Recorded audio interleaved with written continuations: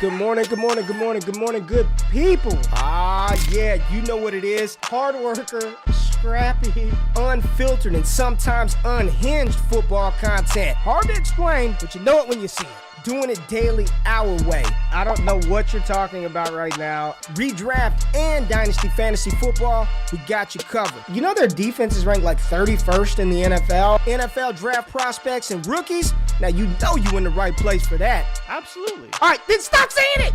Then we're done. And prop bets with my man Jay Rich. Count that money, man. Now wipe the crust out of your eyes, get you a cup of coffee. It's time to wake your ass up with Ray G. You honestly are making absolutely no sense and you sound silly as hell.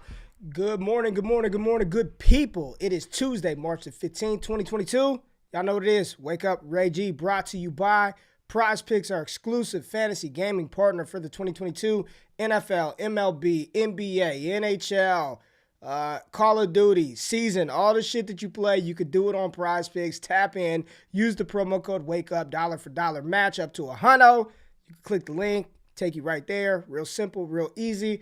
Yo, the comments are going crazy right now. What's up, Ricardo? Good morning, Bruning, Rico, Paul, Joe, Elwood, Lindsey Mack in the building, Mike, our girl Joe Sanchez, Mike D, Terrence, Mike A. Got a lot of Ethans in the building. Elwood, yeah, the music be getting. I'm back here. I'll be loose listening to that K-Dot, man. I'm loose, so I'm getting excited.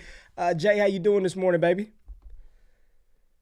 I'm good, man. I'm good. It's funny, you know, everyone always asks what the music is, and I hear it in the chat all the time.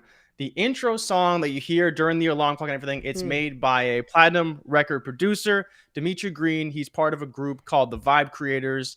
I believe one time I put their website in the chat, so I will do it today for everyone who's wondering where the music is. You can check out Dimitri's music. He made the beat himself, sent it to us, so it's all custom. You can search for it, but you're never gonna find it. Exclusive to Wake Up with Ray G. Love Dimitri for that. Love that guy. So definitely, if you like the music, check out his stuff. He does some independent stuff, some cool things that he does with his partner. They have a little group. They do some live shows and stuff on YouTube. So wanted to give him a shout out because people are always asking. I always love when people ask because it makes me be like, oh, we got a song no one knows about. But there you go, Dimitri Green, the Vibe Creators. Platinum record producer. Yeah. What'd you say, Grammy? What do we have? No, I don't think he has a Grammy, but I'm pretty sure he's platinum record producer. Yeah, that's multi-platinum, dope, I believe. That's dope. Yeah, so that's that. And then the other song is Baby Keem and Kendrick Lamar, Family Ties. So, but man. You just got us demonetized for life. For life. You ain't supposed to tell anybody that we you know. I mean, whatever. It is what it is, I guess. Don't worry. We'll be all right. So, we planned on doing a mock draft review today, but there's no need. I mean, there's too much news that popped off yesterday in the NFL to where we don't we've got to talk about everything that happened yesterday from an NFL standpoint, a fantasy lens. Free agency is wild, and I'm so glad. Do y'all remember the days? And it wasn't that long ago, Jay, but, you know, we got some young people in the audience. Somebody hit me up yesterday and was like, yo, I'm 18. Tom Brady's on year 23. I wasn't even born when he started playing. But free agency used to be after the NFL draft. It wasn't that long ago, and then they moved it ahead of the NFL draft, and it just makes things it makes things more interesting, right? When you're looking at potential landing spots and fits. I was on the show with my friend Kyle Yates yesterday, and we were talking about some free agent landing spots and fits, but it definitely will impact to some degree, right, what some of these NFL teams do here in the next couple of weeks at the NFL draft. I don't know where to start. I mean, it's the low-hanging fruit is to talk about Jacksonville. Amongst the variety of moves that they made, I think some were very good, and I think some make you scratch your head. You look at what the Steelers did. We'll get to them. My Dallas Cowboys, not much happening from the free agent front, but based on some things that happened yesterday, I think I'm going to backtrack. I feel a lot better about Michael Gallup's contract today than I did yesterday, right? Yesterday morning, I was kind of like, oh, man, we paid him this much. By like 12 o'clock yesterday, I was like, shit, we got a discount on Michael Gallup. This is good. This is good news. There's some other fallouts, implications that are definitely going to affect how we view some of these players in fantasy football moving forward in this year and beyond. I think there were a couple of things that happened that truly have cleared up a lot of ambiguity for us. some potential landing spot opportunities for some rookies are kind of off of the board, or at least a little bit less clear than they were a couple of days ago, Jay. What for you, man? What was let's save the Jacksonville Jaguars and just hit us with who signed, just in case anybody missed anything. Where are we starting with? Because we got to run through all of this because there was a lot. Oh, man. I think one of the most important ones, actually, let's just touch on one of the most important signings of the day. It's not going to be flashy. People aren't going to pay attention too much. But former Bucs guard Alex Kappa signed with the Cincinnati Bengals. 4 years, $40 million. We know how important this is to the Bengals. They need to revamp their entire O-line, and it started signing former Bucs guard Alex Kappa. Like I said, 4 years, $40 million. He's going to be playing, I don't know if he's a left guard or right guard. I believe he's a left guard, and so he'll be playing left guard for the Cincinnati Bengals. Shore up that O-line for Burrow, kind of the first step of really getting that O-line intact, because we know it's one of the few things they need. They lost a few players on defense. Jay, we got some breaking news. We got some breaking news. I've been waiting news already? I've been waiting for this one. Adam Schefter just tweeted it out. Oh, DJ Chark. No. This is good. This is great. No, this isn't good. This is fantastic. This is a great signing. Let me tell you why. This is such a good signing. I was very concerned about the Lions signing a free agent wide receiver. Let's just throw him out there. Before Godwin was tagged, he was out there. Allen Robinson, somebody that was going to come in and command and be the number one off the bat. This is best case outlook for Amon-Ra St. Brown, in my opinion. The Lions signing DJ Chark opens up an area of the field in which the Lions were devoid, right? He immediately fills that Khalif Raymond, who's the other damn guy? Josh Reynolds, field stretcher and wide receiver. Yeah, name a guy. The possession wide receivers, Amon-Ra St. This shouldn't even be buy low. If anybody out there is panicked on Amon-Ra St. Brown because Jacksonville gave a 1-year deal to DJ Chark, they don't deserve Amon-Ra St. Brown. If anything, this is good. This is good for Amon-Ra. Amon-Ra wasn't the deep field stretcher in that offense. He commanded short, intermediate routes. He was their mid-level receiver. DJ Chark adds another dimension to that offense. This is good. And Detroit's going to take Malik Willis at 2, so now you got the big arm quarterback with the field-stretching wide receiver that can play the X. Amon-Ra can play in the slot. You got TJ Hawkinson and DeAndre Swift. This is good. Win-win. This is good for DJ Chark to sort of prove himself. Like, can you come back and be a guy? I don't think anybody's projecting DJ Chark to be the guy. And when I say the guys are top 12 wide receivers in fantasy. I don't think anybody expects DJ Chark to come in and be the guy for any NFL offense, but be a guy and a part of an offense that probably will be trailing, that will have to throw the ball quite a bit. I think this is good for everybody. Good for Chark, good for Amon-Ra St. Brown, does nothing for TJ Hawkinson. I'm on board. I am a fan of this signing. Good deal.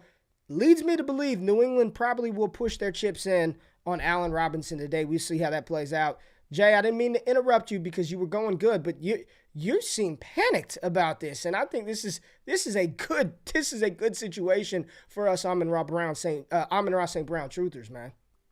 Yeah, but that's the problem. So for you Amon-Ra St. Brown truthers, yes, you're happy because will DJ Chark command 150 targets? See an alpha? No. The deal is supposed to be worth up to $12 million. Again, that's not crazy. From some of the deals we've seen, basically, we'll call it Michael Gallup money at this stage in time, right? So nothing spectacular. The Lions obviously have the cap space. I like DJ Chark. I wanted him to go somewhere with a little more splash, a little bit high-powered offense, a little bit more potential. But apparently, the league is saying you got to prove yourself. We'll see what happens for him. Like super chat right here. Case of Topo is that Malik does not go to the Lions at 2. A little bit of a spicy take you slid in there, right? Stone. But see, this is a self-fulfilling prophecy because if Stone gets Malik, he's going to be happy. But if he doesn't, he gets Topo. You got to pick your poison here. I think I'm going to take this bet. Let's just do it. I'm going to just super chat. Let's hit it one time. I'm going to take the bet, Rico. We're going to do it. Case of Topos, Malik does not go 2 at Lions. I'm saying Malik's going 2 to the Lions. So there we go. We locked the bet in. Unlike you, I'm a man of my word. So if I lose the bet, I will pay up unlike you. Will you? Okay. Will you pay for shipping? That's all I need to know. Will you pay for shipping? You're overcooking the grits here now. Yeah, You gotta pay for shipping. You're overcooking the grits. You're telling me that I don't pay, but are you paying for shipping? That's all I want to know. But I think that's a great bet. We'll see. I think there is a chance, right? I think there's a chance that Malik could go at 2, but Shark, don't love it, don't hate it. But yeah, Okay, Alex Kappa going to the Bucks. Real quick, because I did see you said you wanted him to go. I saw Eric say Goff doesn't push the ball downfield.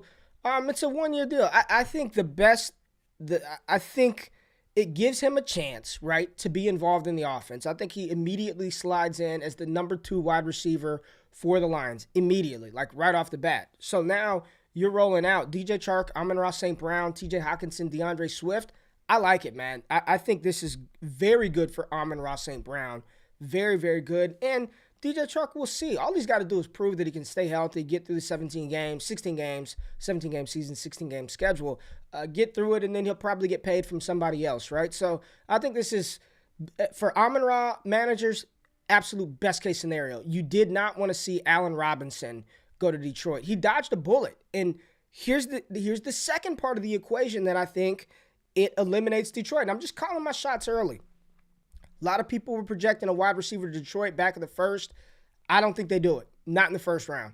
I think they're going to take a quarterback at 2, best player available at 32.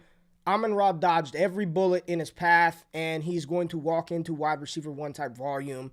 The wide receiver 1 for Detroit type volume next year. Not worried about Hawkinson, not worried about Swift. Best case scenario for Amon-Ra St. Brown. But go ahead. Alex Chapa to Cincinnati. To the Bengals, to fortify that offensive line. Love it. The next one we want to get to is Chase Edmonds going to the Miami Dolphins. Okay. Interesting signing, $12 million, 2 years, basically 1-year guarantee. So I don't think this necessarily puts the Dolphins out of the running back market because they could draft someone, develop them slowly, bring them on in the second half, cut Chase next year. I think it's not good things for Myles Gaskin, right? Anyone who has Myles Gaskin obviously didn't play well this year. They brought in Chase Edmonds to kind of fill that role. How are you feeling about Chase Edmonds? Obviously there's another situation in Arizona that we got clarity on as well. But where are you at with Chase Edmonds going to Miami? Well, first of all, I will continue. I am the Amon-Ra St. Brown truther. So yes, it is very Terry McLaurin-esque as far as their draft capital. Get you off the screen because you don't know what you're talking about. As far as when you're talking about 2 players who were drafted 3rd, 4th round, walked into a situation where there were no wide receivers present, they avoided free agent wide receivers and the NFL draft. His path to relevancy is identical. It is a splitting image, mirror image of Terry McLaurin. And if you can't see that, then you need to get your eyes checked because it's the same path that Terry McLaurin took in Washington. Same thing is going on right now with Amon-Ra St. Brown. Chase Edmonds, he got $6 million a year. He's not paid. He's not getting paid like some big-time running back. I don't think this precludes this will stop Miami from taking a running back in the draft. I don't. Maybe they don't take one in the 2nd round, but let's just say Isaiah Spiller doesn't do well at his pro day. Saw some video from the Footwork King. He looked pretty fast to me, running his 40. But let's just say he falls to like the 3rd or 4th round, and Miami grabs another running back there. I like it for Edmonds. It's like we keep wanting him to do. I feel like we're approaching like Duke Johnson territory with him, where everyone likes him, but when given the opportunity, like, he can't stay on the fucking field, man. Like, stay on the field. Do your thing. I like it for him for the opportunity. It's a new head coach who went out and made this signing. Like, I want this guy. So this should yield opportunity. There's nobody in that backfield that Chase Edmonds should be worried about. He should walk into the starter role. He's getting paid $6 million a year. So, does that lock him and guarantee him something long term? No, not at all. But I like the signing of Chase Edmonds to Miami. I think this is an immediate stock boost to his value in Dynasty. Veteran running back, right at that apex of you need to start thinking about what to do with him. But new deal, 2-year deal, I believe it was. I'm fine with it, man. I'm good with it. I'm not going to proclaim he's about to be some locked and loaded superstar. RB2. If I get RB2 out of Chase Edmonds, I think you hit the nail. Like, that's cool. RB2. Yeah, I still think you're trying to flip him though. Like if you have him on your roster, you're thankful he signed to a new team. You hope he has a couple good Correct. weeks. I think you try and flip him for a Correct. first, right? Just as far as what to do expectations wise. But one guy I don't Correct. think we should be flipping just yet is the next running back we're going to talk about, and that's James Conner re-signing to the Arizona Cardinals for a 3-year, $21 million deal with $13.5 million guaranteed. So Ray, I was diving into the contract this morning on Spotrac, just checking out to see what the details actually are. And it's looking like it's a 2-year guaranteed deal. So that means we're going to have more than a year of James Conner. You know, I believe did he lead the league in rushing touchdowns this year? I believe he did in Arizona. So from that standpoint, I don't know what it takes to get James Conner right now, but I can't imagine it'd be too much, maybe a little bit more with this deal. But if you think about it, a lot of times with these aging running backs, you're buying a guy for 1 year, like we're talking about with Chase Edmonds. Maybe you try and flip him. But in the case of James Conner, if you can get him for a reasonable price, he might be a 2-year running back for you, playing on a great offense where we saw him see a lot of success. And this year, we don't expect him to share a backfield with anybody, especially when he's being paid, upwards of $7 million a year and guaranteed $13.5 million as a running back. That's a lot already. So where are you at with James Conner, and how do you feel about him? Would you potentially be buying him for this 2-year window that we see in front of us? Because he does have a $10 million cap hit next year, all dead. So they kind of have to keep him for at least this year and next. Yeah, man. So let me take it an Inception level deeper. One of my favorite movies. I love Inception. Still don't understand what the fuck happened, but I love it. Is the top still spinning at the end of the movie? Questions that I will die like trying to understand the answer. If anybody knows if the top was spinning at the end of Inception, let me know. I need to know. This still burns and irks inside of me. But let's go another level deeper, right? How much better would the Steelers have been had they just kept James Conner instead of spending a first-round pick on Najee Harris? I mean, when you look at what they produced last year, I'm just asking. I'm a Najee fan, but financially and draft capital-wise, would they have been better off keeping James Conner and paying him this type of money or spending a first-round pick on Najee Harris? I've said they probably would have, if this was the type of James Conner that they were going to get, they probably would have been better off keeping him. But as far as this deal, this is 100% a win for James Conner. And if you have him, you 100% are selling him. And if you can't move him and you're on a win-now team, you feel fantastic because he's locked in the volume for 2 years. He was really good in the receiving game last year.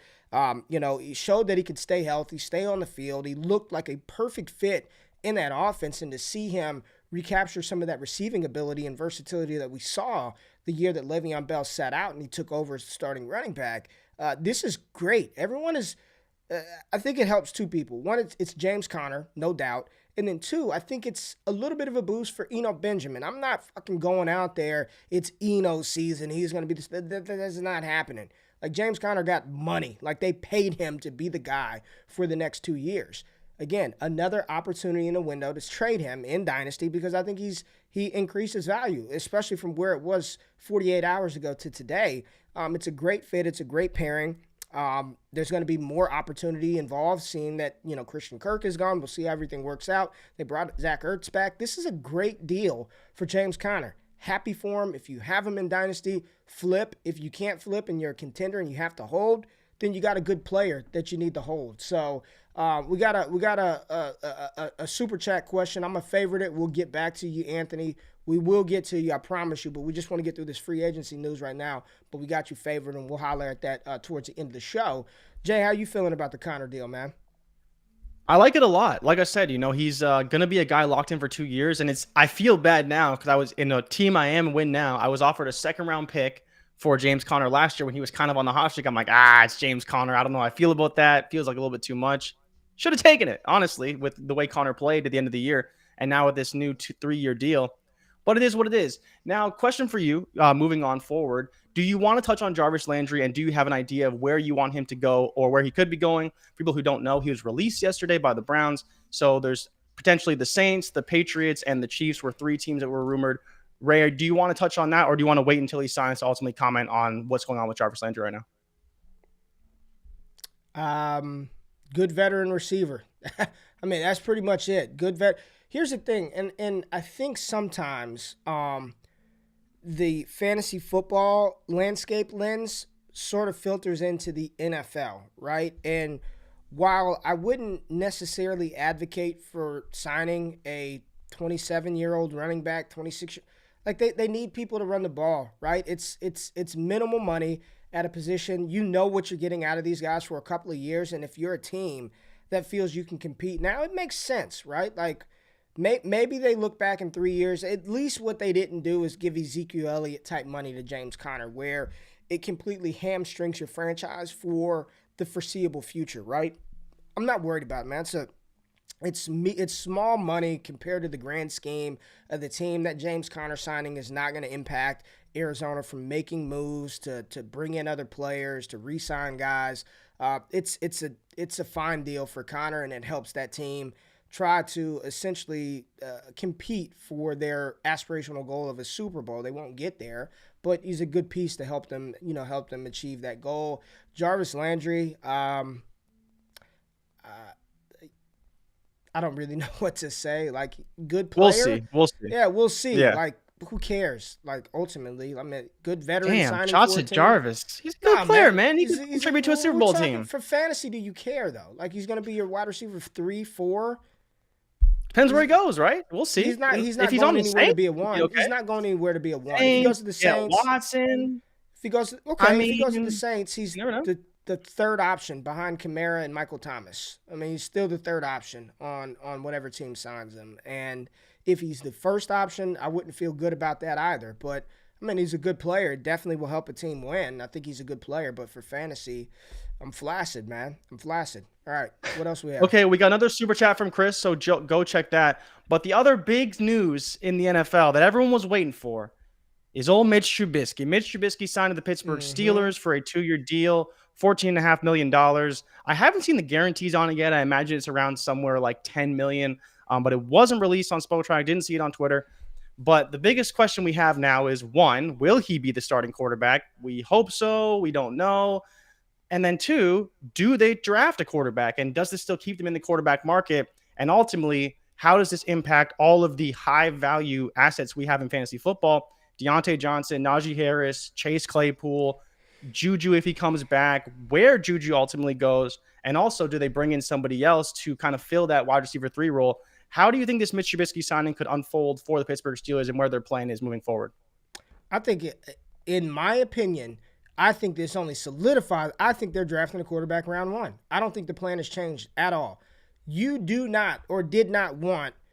Who do they have as backups? Dwayne Haskins and Mason Rudolph. That is not a bridge quarterback. There is no bridge there. You know those old like jungle movies, and it's the wooden bridge and it's all broken and King Kong is in the back. There's no bridge there. There was no bridge with Mason Rudolph or Dwayne Haskins. Whatever quarterback they drafted in round 1 with those quarterbacks in the room, he would beat them out. If it was Sam Howell's beating them out. If it's Kenny Pickett in his small hands, we're beating out Mason Rudolph and Dwayne Haskins. Mitchell Trubisky is the perfect bridge quarterback to come in, play. And I've said this, and I've said this all along, right? Like, I'm not sure if any of the quarterbacks, the 2022 guys, are ready to come in day 1 and start. Like, I don't believe that to be the case. But if Pittsburgh likes Sam Howell, if they like Kenny Pickett playing at Pitt, if they did their homework and they like Pickett, this gives them an opportunity to maybe just sit and develop. And I know that patience runs thin now in the NFL with these quarterbacks, but it did Trey Lance probably a world of good. You know, Lance played in a couple of games last year, but he sat behind Jimmy Garoppolo for 90% of the season, right? I think this is a good thing. And if Mitchell Trubisky does well, then you're not forced to rush your rookie out there. I think I'm going to err on the side that Mike Tomlin has not had a losing season in how many years, so he understands what he's doing. And he would not put, if Malik doesn't go 2 and he goes to Pittsburgh, or Sam Howell is the quarterback, or Kenny Pickett, he's not going to just throw those guys out there and say, go get it. You get a quarterback. And now, if Malik Willis comes in, he competes with Mitchell Trubisky and wins that job outright. I mean, we've seen that happen before. Remember when Russell Wilson was drafted by the Seahawks? They had just signed Matt Flynn to a big contract. Russell Wilson outplayed him. Russell Wilson is the starter. So that's not saying that can't happen, but it's not an immediate rush to ask one of those guys to come in from day one and play right away. You get a veteran quarterback in there that's mobile, probably the third best quarterback in that division ahead of Baker Mayfield from day one. So I do not think this changes the plan for Pittsburgh at all. I still think they are very much in the quarterback market, and we'll see in a couple of weeks. Yeah, old Matt Flynn getting 60 or 70 million off a Week 17 game against the Packers, or for the Packers. Great job for Matt Flynn and his agent. So a few other small pieces of news that we have here on the offensive side. The New York Jets signed former 49ers guard Lake Tomlinson to a 3-year deal, fortifying that line for Zach Wilson. Teddy Bridgewater went to the Miami Dolphins on a 1-year deal to be assuming Tua's backup. I guess we'll see. If Tua doesn't play well, maybe they decide to make the change to Bridgewater. Cedric Wilson also joining him on the Dolphins for a 3-year, $22 million deal. Ray, were you hoping the Cowboys would bring back Wilson? Where were you at with Cedric Wilson? Because obviously getting rid of Amari, but at that price, a little bit steep for Cedric Wilson, in my opinion. The Steelers re-signed their right tackle for a 3-year, $30 million deal. Former Arizona center Mason Cole is signing with Pittsburgh to be their new center. So 2 offensive linemen back with Pittsburgh. Hopefully they fortify that line for Najee Harris. One of the big signings as well was Denver Broncos signed former Packers guard Ben Braden. So another reunition with Nathaniel Hackett in Denver. And then CJ Uzomah signed with the Jets as well. We saw in the preseason, Zach Wilson was really throwing tight ends a lot, not so much in the regular season. Do you think CJ Uzomah should be a tight end we should be looking for in fantasy now as Zach Wilson's tight end for 3 years and $24 million? Not terrible. I kind of like it. Yeah, probably not. It's just no for CJ. Come on, man. CJ went to the Super Bowl and then was like, "Fuck that! I need to get off of here and go to the Jets. Like, I don't want to be a part of this anyway. This is not what I want to be a part of. Let's go rebuild with the Jets." Bag chasing, man. That's your job. I don't blame you. 3 years, 24 mil. I would chase bags too in New York. Do I care about CJ Uzomah from a fantasy standpoint? Not really. I mean, no. What is he? Now he's Dynasty tight end 18, tight end 19. What's his ceiling? No, man. No. Okay. If somebody thinks can I interest you in a Jets I'm player? not interested. I'm not interested in CJ Braxton Uzomah. Berrios, 2 years, $12 million, $7 million guaranteed. How do you feel about Braxton Berrios? Are you in? You're not in. Okay, you're not in. All right. I mean, okay, we'll move forward. Another one of these cats, man, is going to go out there and give you 482 yards. If I have him on my roster and somebody is in and they want him, they can have him. I will gladly, if I can trade him for a 2022 second, I don't care if it's the 212, I would trade Braxton Berrios right now for a second-round pick. I don't care where it is in the second round. It could be a 14-team league in the 214. I would trade him for the 214. CJ Uzomah, if you like him, if you're excited about it, if it gets the blood going, I will trade him to you happily and not miss him whatsoever. Zero interest. These are minuscule signings that don't move the needle in fantasy football whatsoever. Okay. So the last deal that I'm waiting to touch on a little bit is Carolina Panthers signed former Rams guard Austin Corbett to fortify that offensive line for whoever plays quarterback for the Carolina Panthers. Now let's get to the big news.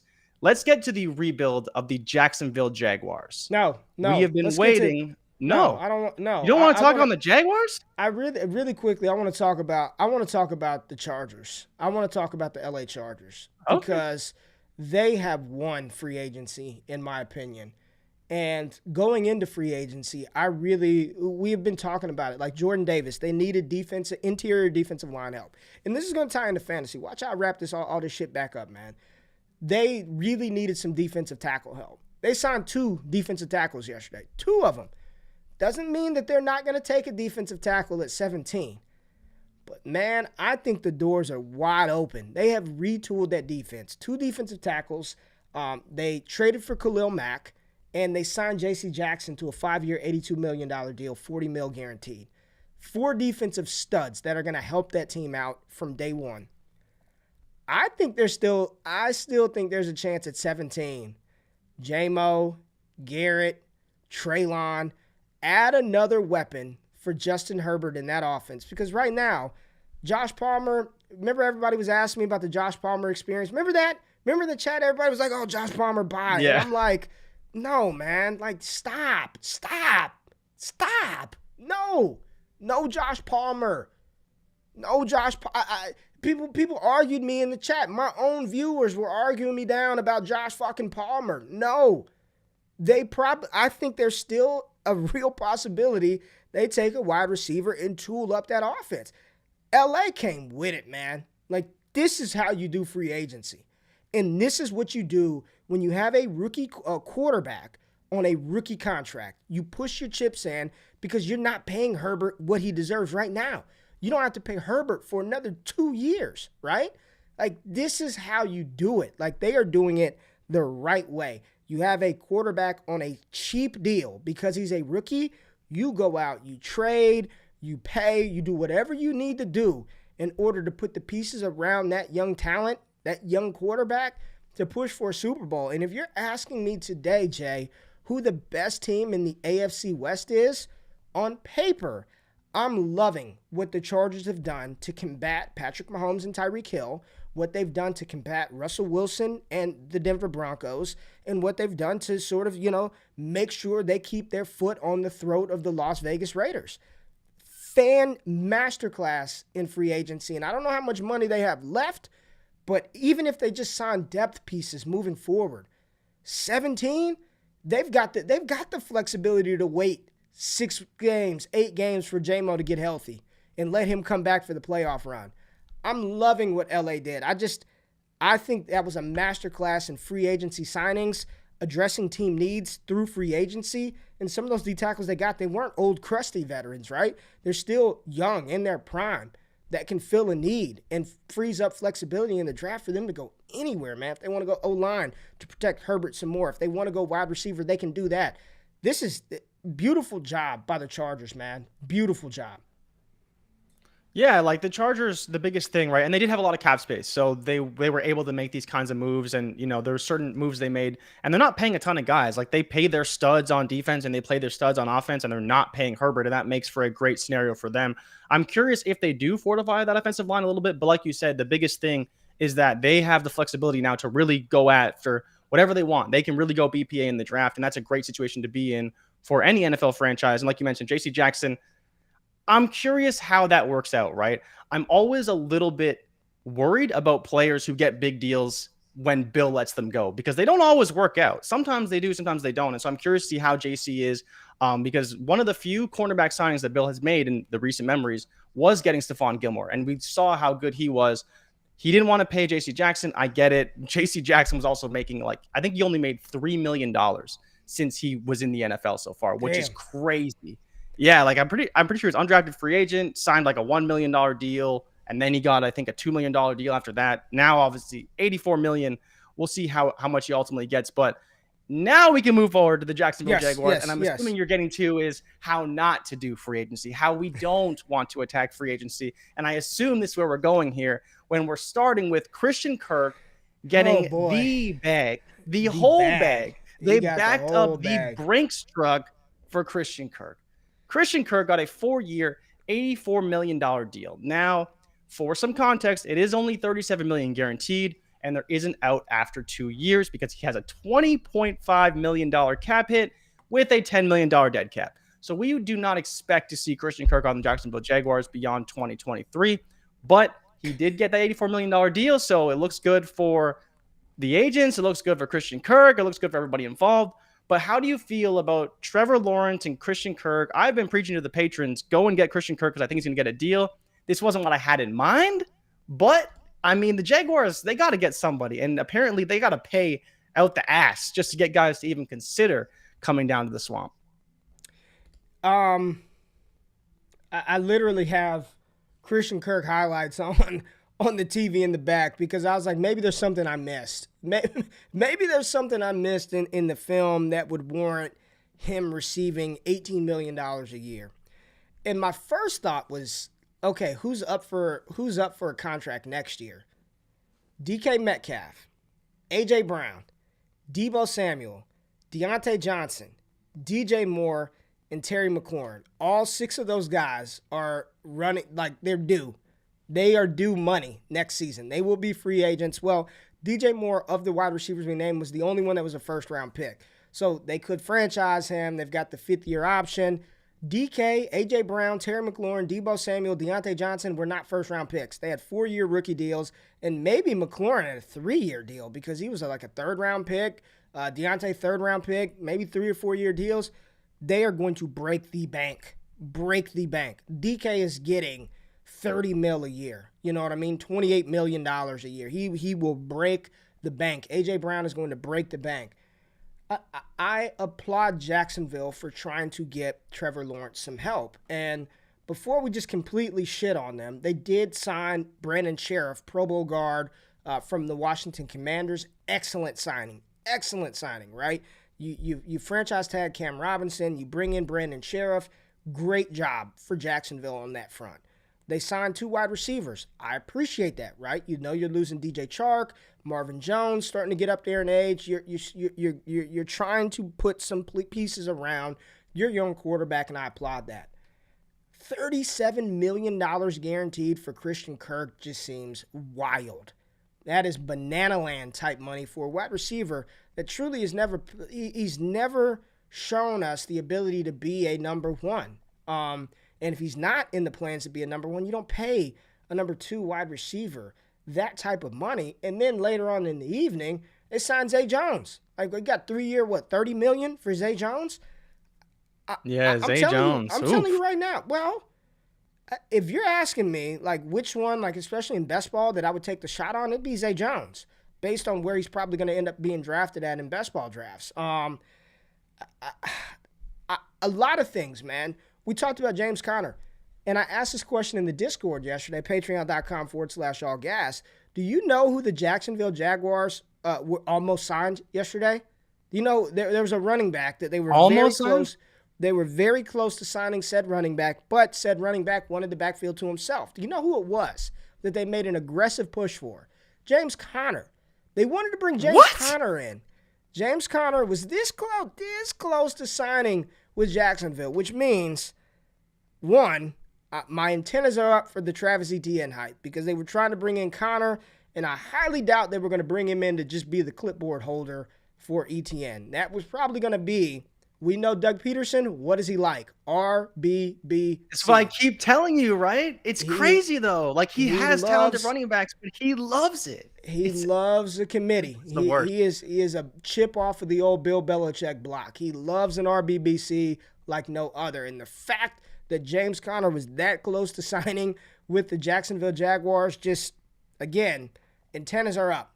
Laviska Shenault, trade him. Just get rid of him, right? Like, unless they plan on using him as the RB2 there in Jacksonville, just get rid of him. I mean, there are too many mouths to feed, and there's not enough food to feed them, right? Like, there's truly not enough meat on the bone for everybody there. Like, I don't know what they're doing. Like, and then they bring in Evan Ingram. Yep. Another guy that I applaud them for trying. Like, would you rather this free agent class or what New England did paying Nelson Aguilar, Kendrick Bourne, and Jonnu Smith last year? Which free agent class would you prefer? Kirk, Zay Jones, Evan Ingram, or Nelson Aguilar, Kendrick Bourne, Hunter Henry, and Jonnu Smith? Are we factoring in cost? Because I honestly think the Jags did a better job. Like, honestly, they did do a better job. I think bringing in Christian Kirk is a much better signing. I think Evan Ingram is a much better signing. The Pats it's good to be a former Raiders wide receiver. Let me tell you, whenever a former Raiders wide receiver comes up, they're apparently getting big money on the free agent market. They must be just so well coached over there. But I think the Jags, honestly, like you said, they did what they could. They're not getting Allen Robinson. It's not happening. He's been there. He's been through it. He's not coming, right? They're not getting Juju Smith-Schuster because he wants to play for a contender. They're not getting any of these big guys. So the fact they were able to get Kirk, and, it's not a super long deal, not a massive commitment, you have to respect it. Does it help Trevor Lawrence a ton? Not really. I hope so. But it's not the splash that we need. Who's the one? You can't pay Christian Kirk $21 million and him not be. Like, he has to be the one. So if you have Christian Kirk, like, 130 to 160 targets, like, better be coming. Because if they're not coming, then it's really, what are you doing at that point? If we can't even follow the money at the tune of $21 million to a target share, that's a massive problem. So for me, like I said, I've been talking about buying Kirk for 3rd-round picks, and people have went out there and they've got him. You have. And if you have him now, you could try and flip him for a first if he does well. But for all we know, he could be pretty good because volume is king in the NFL, and Kirk should get that volume ultimately. And I think that's the key takeaway. Should they have paid that amount of money for Christian Kirk? Hell no. Like, no, I don't think you can justify that. But they did. They paid him that money. And I would assume he's probably going to get a ton of targets, right? Like I think it's bad for Shenault by Laquan Treadwell. Shenault may be dealt. Like he's one of those guys that probably could be dealt. Jamal Agnew probably. Let's just assume Urban didn't know. Like just no. I still he's a DB. It's like me trying to play wide receiver, right? Like in my mind, I feel like I can do it, but I probably can't. Bad for Shenault.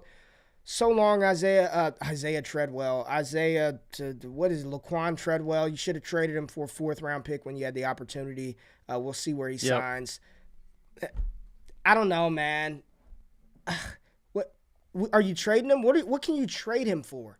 Like, would anybody pay a 1st-round pick for Christian Kirk? Realistically, would anybody in Dynasty pay a 1st-round pick for Christian Kirk? No, I think that's unrealistic. I mean, that you'd have to be like Texas A&M alum, booster. Like, there's no way I don't see that happening. But again, if you do have him already and you've been kind of holding that bag a little bit, I don't think now's the time to deal him. But like, he is a legitimate speed threat. Like, I'm pretty sure he's a 4.3 guy. He's at least a 4.4 guy out of Texas A&M. Broke out super young, right? Mm-hmm. He's a guy who can catch a Trevor Lawrence bomb from the seam, from outside. So there will be boom games for Christian Kirk and opportunities to sell him if you want to. And that's why I'd be holding. That's why I wouldn't be trying to sell him for a second or unloading him for a guy in this draft class. I think there will be a better opportunity to ultimately get rid of Christian Kirk if that's something you want to do. But I still think he could be good. I still think there's an opportunity there for him that he didn't have in Arizona. He had about 100 targets in Arizona. He should see a heavy increase from that this season. And we'll see what happens to Etienne and Shenault, like you said. I mean, I don't know what you do with him because he hasn't done anything, right? 2 years now, basically done little to nothing. Coaches don't seem to even try to get him the ball anymore. Straight up, I think that Doug Peterson has him be their goal line back, like legitimately. I think there's a world where he is their red zone running back, and then you have Etienne kind of in there as well. LaVisca? Yeah, I went back I think it's a possibility. I went back and looked at him at Colorado, and he played a lot of Wildcat quarterback and just goal line. They would just hammer him up there. It's 220 pounds, man. Like, I'm not even being funny. Just utilize him. He's not Deebo Samuel, but play him in that, what do they call it, wide back role. Let him just do that. Yeah. Let him just do that shit, man. I'd be buying. And I think Doug is great enough to do that, right? Like, I think you could turn him into a Boston Scott type of guy, but maybe a bit more receiving work. I don't know. Again, for fantasy, it sucks. Like, if you drafted him in the 1st round, 2nd round, you're disappointed. But if you do get him low or for on the cheap or throwing in a deal, maybe it could be decent because I actually do believe Doug Peterson can have a plan for Shenault versus Urban Meyer, who I knew would not have a plan for Shenault. So we'll see what happens with him. But the Jaguars, they're doing what they can. But the other thing that we didn't even touch on is Aiden Hutchinson now going number 1? Like, is he locked in? Do we think that that's pretty much a guarantee at this point with 2 big offensive line signings from the Jaguars in the most recent days? The smart thing would still be to take your top lineman, whether that's Icky or Evan Neal. Like, that would still – people forget. Like, even though they franchised Cam Robinson – when Dallas drafted Tyron Smith in the 1st round in 2011, I believe it was, they started him off at right tackle because they already had a left tackle. I believe it was Flozell Adams. But then they just transitioned Ty Smith to left tackle the following year. If I'm Jacksonville, if you're taking building around your franchise quarterback seriously, I'm still taking Evan Neal or Iguanu at 1, like whichever one you like. I can find another guy that can rush the passer in the 2nd round. I don't think you're going to find those quality of offensive linemen in the 2nd round. But I do think this pretty much, if you had to ask me today, I think this locks in them taking Aiden Hutchinson at 1. Like the player, I still think Kayvon Thibodeau is the best edge rusher in the class. Like, I think he's better than Aiden Hutchinson. I do. Aiden Hutchinson's got a great motor. If you're asking me which guy I had to take to start my defensive end franchise with, it would be Kayvon Thibodeau. Neither here nor there. I think the offensive line should be the play. I do think they are going to go to the defensive side of the ball. My question to you is, who are you most looking forward to seeing that we have not seen sign yet? Juju Smith-Schuster still out there. Allen Robinson still out there. Are there any other players? I'll give you one sleeper that I think is another one of those guys that won't cost nearly as much as Christian Kirk, but if he re-signs with his own team, I think he could be walking into another 100 targets, and that's Russell Gage. Russell Gage is a player. I think, man, Atlanta needs to find a way to bring him back, and I think he could be the cheapest 100-target wide receiver that you can possibly get. I'm still looking to see where Russell Gage goes. Let's see where Juju ends up, and then, of course, Allen Robinson. Are there any other free agents that you're like truly keyed in on today? DJ Chark was one of the ones for me. We got that signing today. Who else are you kind of like your eyes and attention are on today? Other ones, no, but like, as you mentioned, Juju's a big one for me. But we do have some breaking news. All right, Aaron Rodgers' contract is official. Okay. $42 million in 2022, $60 million in 2023, and $49.3 million in 2024. $150 million guaranteed over the next 3 years, fully guaranteed at signing. Aaron Rodgers, Wow. highest paid quarterback, highest paid player in all the NFL. Wow. It wasn't the 4-year 200, but it was still 3 years 150, and apparently there's some options down the line that are cheaper after that. So Aaron Rodgers getting paid today. Wow.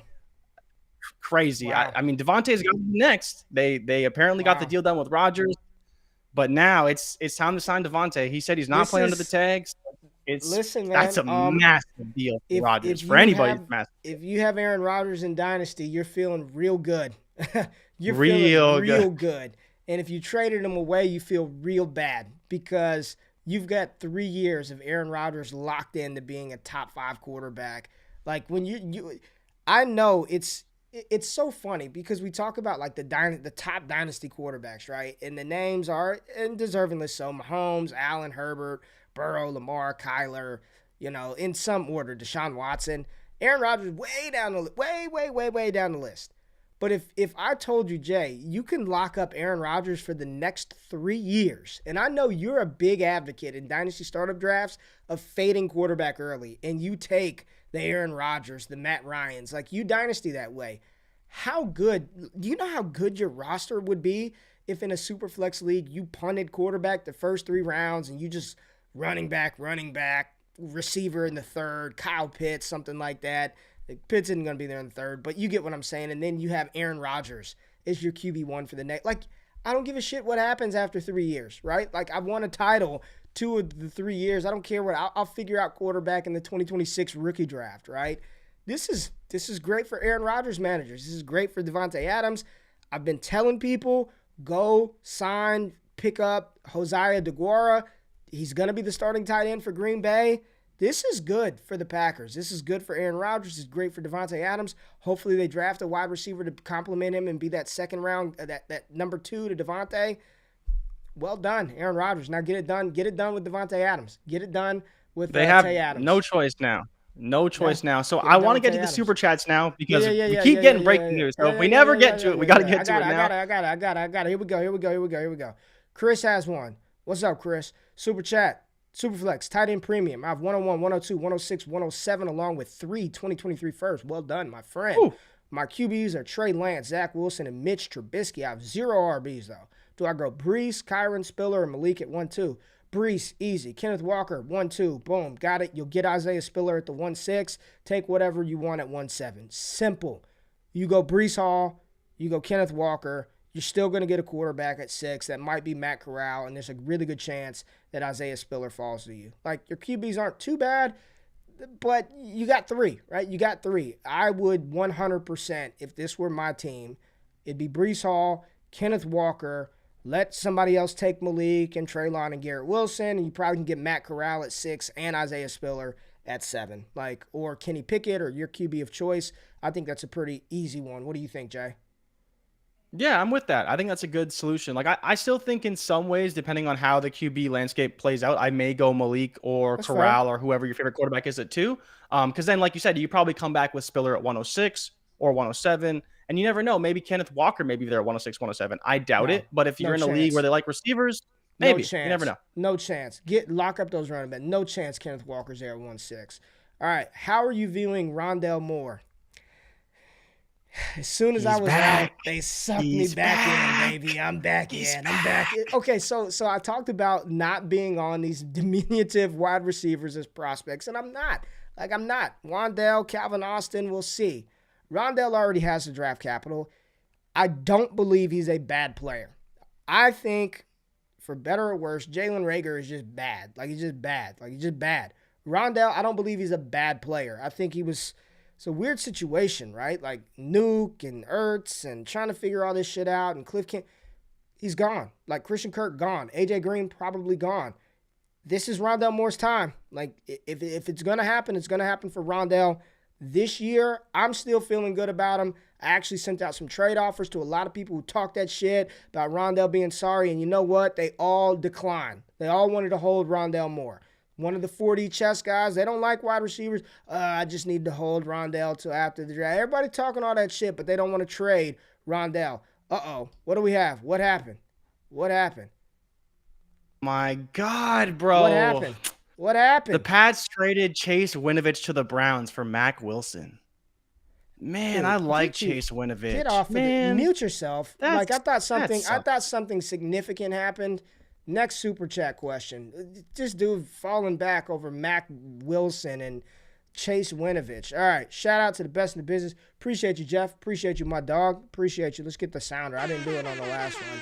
Jay Rich over there losing it over nothing news. All right. Anthony, here we go. I have a gentleman's agreement that if Drake London falls to 105, then I'm trading my 107 and 108 for the 105. Did I screw up? I would see if you can back out of this. I don't think you need to be committed to that type of deal.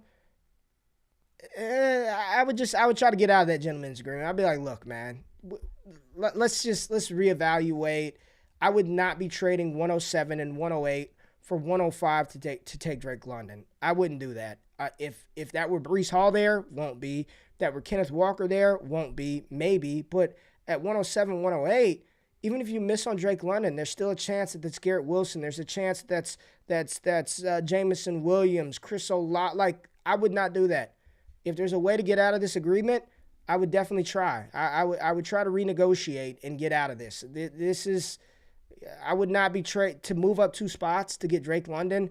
I would not do that, and I am the biggest Drake London fan there is, but I would not do that. I would get out of that deal. Anthony is no longer a gentleman.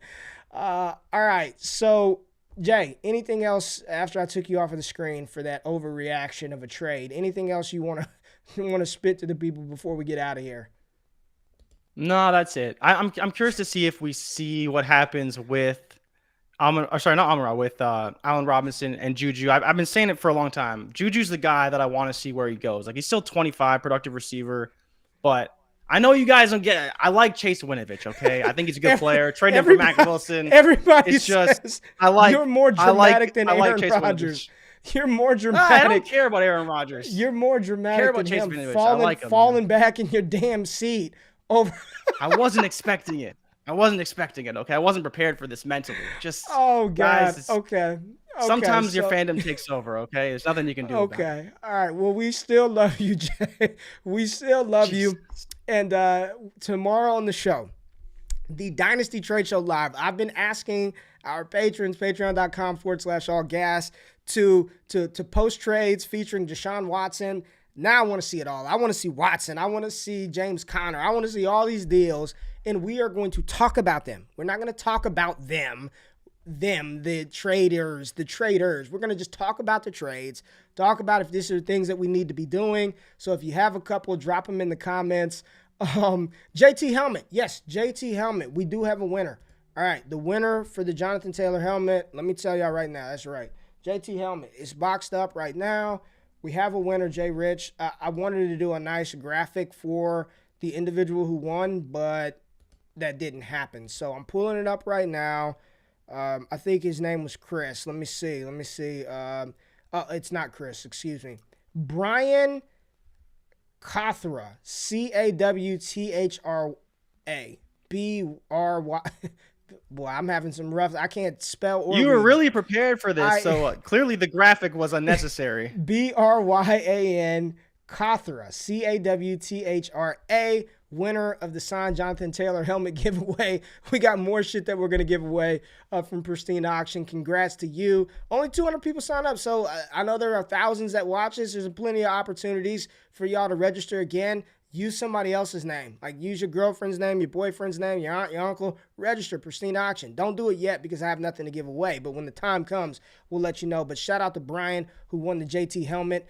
Go to Pristine Auction. They got dope stuff on there. Memorabilia. I got a signed Javonte Williams jersey on there. I'm giving away to the patrons, or gave away to the patrons. And I think we're going to do another Justin Herbert giveaway as well. So we appreciate y'all tapping in. Stay tapped in. We're going to see what happens with free agency. Dynasty Trade Show tomorrow. We love y'all.